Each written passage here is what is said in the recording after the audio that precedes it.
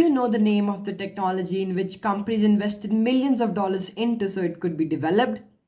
Well, no problem. I've got your back and I've got this answer, so don't miss out this video. Welcome to the part 3 of the Chip War book review series, the most awaited video. And in today's video, we'll be reviewing chapters 31 to 40 of the book Chip War. If you're new to this series, we are reviewing Chip War. This is the part 3, and part 4 will be the last video in which we'll be reviewing chapters 41 to 54. So let's slide down to the 31st chapter, sharing God's love with the Chinese.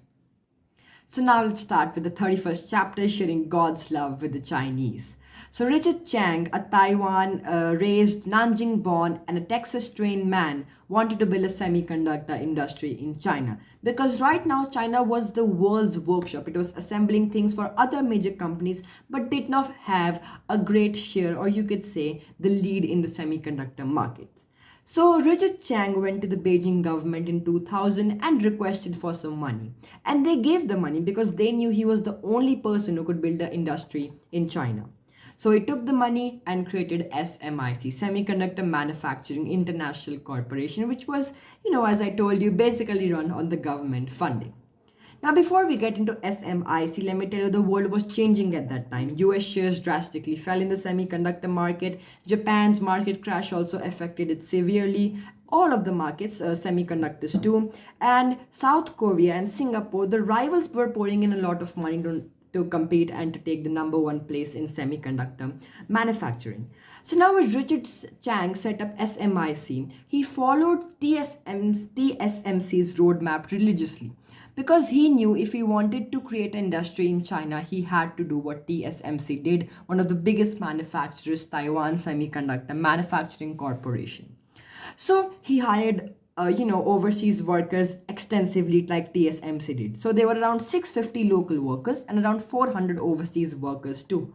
And he also hired Neil Bush, the younger brother of the President George W. Bush, and gave him around $400,000 annually for just business strategies. So he followed the roadmap of TSMC and now was only a couple years behind the leading semiconductor manufacturers. And gradually he also, listed his share in the New York Stock Exchange in 2004. So this is how one major company was set up in China, which was SMIC by Richard Chang. Now let's slide down to the 32nd chapter, which is lithography wars.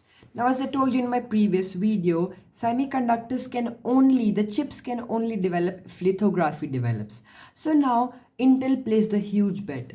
Means all the semiconductors firms placed a huge bet, but Intel first placed a huge bet on the EUV lithographic technology, extreme ultraviolet EUV rays technology. Many companies thought it was impossible, so they didn't invest in it. But Intel placed a huge amount on EUV. $200 million. Now, after the trade wars, they didn't want to partner up with the Japanese companies like Nikon and Canon. So they chose a very small new Dutch company spun out by Philips. Yeah, Philips is also in the Netherlands, a Dutch company. So it spun out ASML, a very small lithography manufacturer. So they didn't want to pair up with Nikon and Canon due to the trade wars, and their only lithography manufacturer GCA was dead, which had the cutting edge technology. One more group was there, SVG, Silicon Valley Group, but it didn't find the cutting edge, so they placed the bet on ASML. Now, watching this, other companies also poured millions of dollars in the EUV technology, and the whole world, the whole semiconductor industry relied on the small Dutch company. TSMC also had ties with ASML, so TSMC still remained a very big semiconductor manufacturing, or you could say the #1 right now. So this is what's happening in this chapter, lithography wars. If lithography develops, chips develop. So they wanted to develop the chips, the whole world. So they placed a bet on one of the most impossible things, lithography, and the new type of lithography, EUV. Now let's talk about the 33rd chapter, the innovator's dilemma. Essentially, this chapter talks about two major companies, Apple and Intel.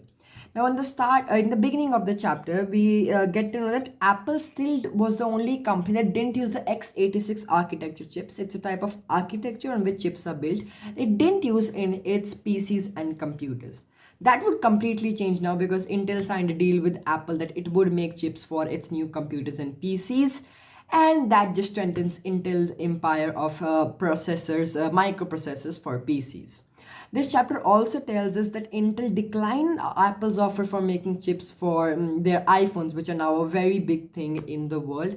If it would have signed the deal, it would be a major player in the smartphone industry also. But CEO then Paulo Trelawney said he couldn't see it and didn't invest in that due to some financial implications.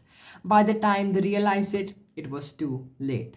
Following this, Intel tried a lot of times to take out a whole smartphone series of Intel processors, but they couldn't just reach the cutting edge and remained a big titan in microprocessors for PCs but couldn't compete in the smartphone market. Probably because their x86 architecture chips used too much power in the phone, or ARM, a joint venture by Apple and two other companies, had better chips.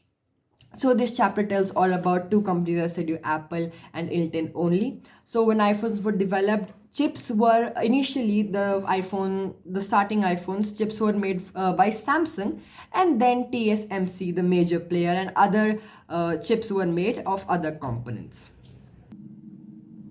Now let's talk about chapter 34, which is running faster. I'll explain this chapter very briefly. It's just about the ever-changing technology and how America is investing and putting millions of dollars in its technology so that it could get the number one place. Everybody, is competing to get the number one place, so is America. So this chapter is all about how America is, stepping up the ranks as a semiconductor manufacturer. It also tells that they had a strategy of running fast. That's the chapter's name. But it had huge profits, but it had some risks, like depending majorly on Taiwanese, manufacturers of chips, but mostly it was profitable. So that's all about this chapter. Now let's talk about chapters 35 and 36. Chapter 35 is Real Men Have Fabs. Now fabs is the fabricating outlets by the different companies, which means that the companies which are designing chips also make those chips. Now old school CEOs in the Silicon Valley of America, Palo Alto, think that whenever you separate fabrication units from the designing units, it always creates a mess. So they thought real men always have fabricating units, the one where chips are made, and designing units together, and don't work as fabless companies. Now 36th chapter, the fabless revolution tells us about the new wave of semiconductor manufacturers which have no fabs and just design chips and import chips that are made by other companies like TSMC. Now this is a new wave of semiconductor manufacturers which make their design themselves but import the chips from other companies like big players like TSMC, Intel, or other chip manufacturers. So this basically tells us old people, old school CEOs who were the founders, or you could say the main people who saw the revolution of this chip industry, thought that you should have the fabricating units and the designing units together. But the new wave semiconductor engineers thought that if you only design chips and import it from some other company, it will be highly profitable. So that was the fabless revolution. One more major thing in this chapter was three types of chips. You can categorize those chips. First is logic chips. There are the chips you can find in any phones or computers. Second is memory chips, NAND and DRAM chips. And third is analog chips, like chips for radio waves, for transmitting radio waves, audio signals. And a very important thing you should note is that the third type of chips do not fall in Moore's law. Now Moore's law is a very important law in the semiconductor industry. It means that the number of transistors in a chip get doubled every 2 years and the price gets half. Means if a chip has 12 transistors, 2 years later it will have 24 transistors in it. And if the price 2 years ago of the chip was just assume it was $10, so at least 2 years later when the transistors are double, its price will be divided by 2, half, $5. So that's Moore's law.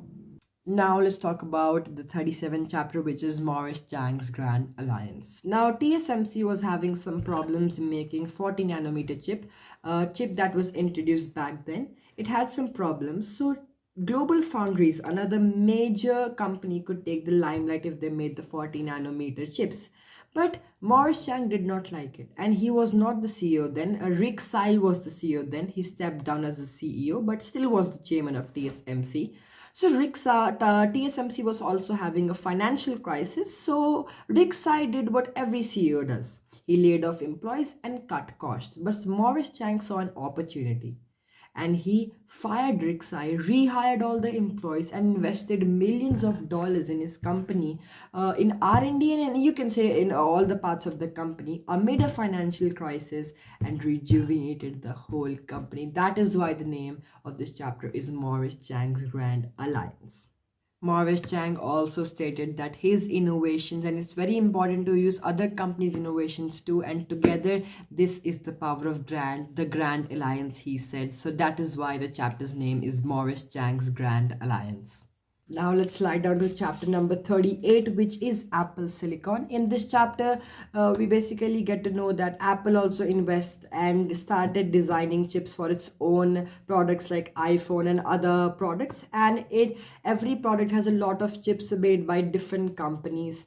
And a major thing in this chapter is that behind iPhones, it is written that it designed by Apple in California and assembled in China. But this is highly misleading because most of the chips and the main chips are built in Taiwan and TSMC and other major companies. So that's all this chapter is about, how Apple is also pouring millions and billions of dollars in investing and designing its own chips. Now let's talk about 39th chapter, EUV. Now companies have been pouring a lot of money since 2 decades now so that they could get a new type of lithography, so it could revolutionize the chip industry. All the companies have been pouring money in a small company, ASML. It's been 2 decades now, and in the late 2010s it finally came out with the EUV technology. Now before EUV, all the companies were, dependent on the deep ultraviolet lithography machines and were using some optical trips to, just print more transistors on a single chip so that it could become more advanced. But now when EUV is here, they could shrink from 193 nanometers to around 3 to 4 nanometers. So it was a very big improvement. So they could fit more transistors in a single chip. But making EUV was not an easy task. Companies like Cymer, a laser company by 2 laser specialists, also partnered up with ASML and Zeiss also. So they made mirrors as smooth as, if you would scale those mirrors made by Zeiss to the size of Germany. It's written in the book Chip War. The impurities would come only 10th by every millimeter. So pure mirrors they made, and Cymer made such an efficient laser, it blasted through tin so it could give the EUV light to the machines. So it took a lot of time and effort, but EUV was finally ready and it revolutionized the chip industry. So that's about chapter 39. Now let's talk about the concluding chapter of this video, chapter number 40, there is no plan B. So in this chapter, we just get to know that how everyone was betting on EUV, and when it finally came out, everyone was so relieved. And as I told you, it revolutionized the chip industry. And it also tells us that how EUV was distributed. The machines were distributed all around the world. The machines were very expensive, 100 million per machine. So you can estimate how much expensive that machine was and how much hard work and effort went into it.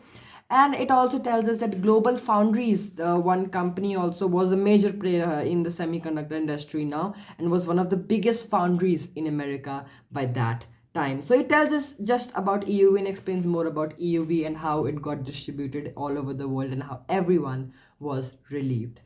So that's a wrap of Chip War series part 3. I'll come out with part 4, which is the last video of this series. Hope you all enjoyed it. Akshat Malhotra signing off for today. See you in my next video, part 4, the last part of the Chip War series.